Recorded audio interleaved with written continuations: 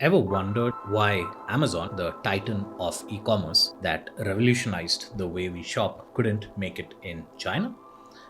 I know it is shocking, but behind the failure lies a powerful story, one that reveals the challenges even the biggest brands face when they're out of their element.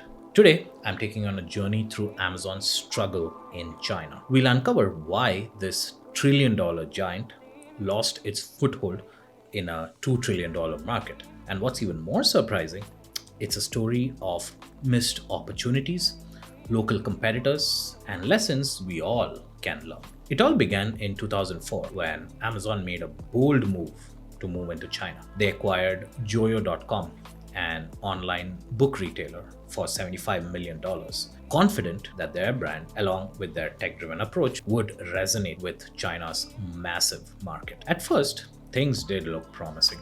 China's middle class was booming and e commerce was exploding. Amazon thought its success formula would work just as well in the foreign landscape. But here's the thing, China isn't North America, and that is where Amazon's story takes a sharp turn. China's e commerce landscape was, and still is, fiercely competitive. Local giants like Alibaba, Taobao, and JD.com were already gaining massive traction. These companies understood their audience deeply, engaging with consumers in ways Amazon didn't fully grasp.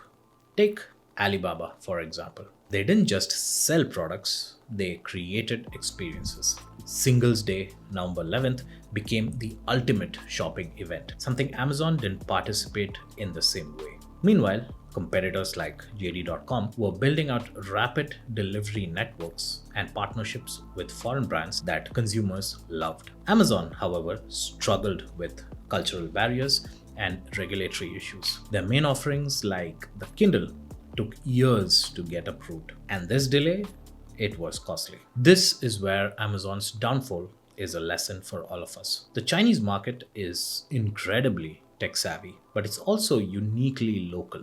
Consumers trust platforms like Alibaba and JD because they are deeply embedded in Chinese culture. These companies adapted fast, built out faster logistics, and tapped into the power of mobile payments with systems like Alipay.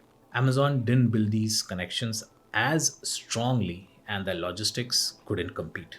By the end of 2019, Amazon held less than 1% market share, a far cry from what anyone expected. Sometimes global giants stumble because they overlook the need to be local. Amazon underestimated what it would take to truly connect with Chinese consumers. Their decision making often relied on Western practices, assuming that they'd work anywhere.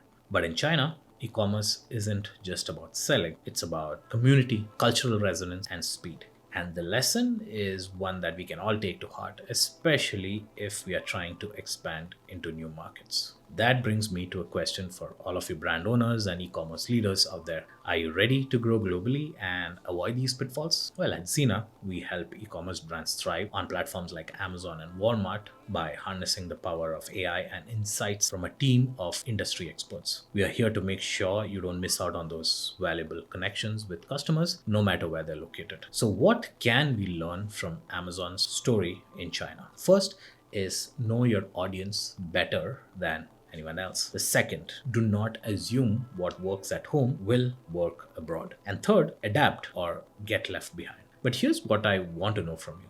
Have you ever seen a company misstep like this before? Comment and I'd love to know. And if you're ready to explore new growth opportunities locally or globally, give Zena Intelligence a look. Together, we can make sure your brand thrives even in the most competitive space. Thank you for joining me on this journey today. Amazon's story may have not started well in China, but for the rest of us, it's just the beginning. Until next time, stay curious, stay adaptable, and keep reaching for new heights.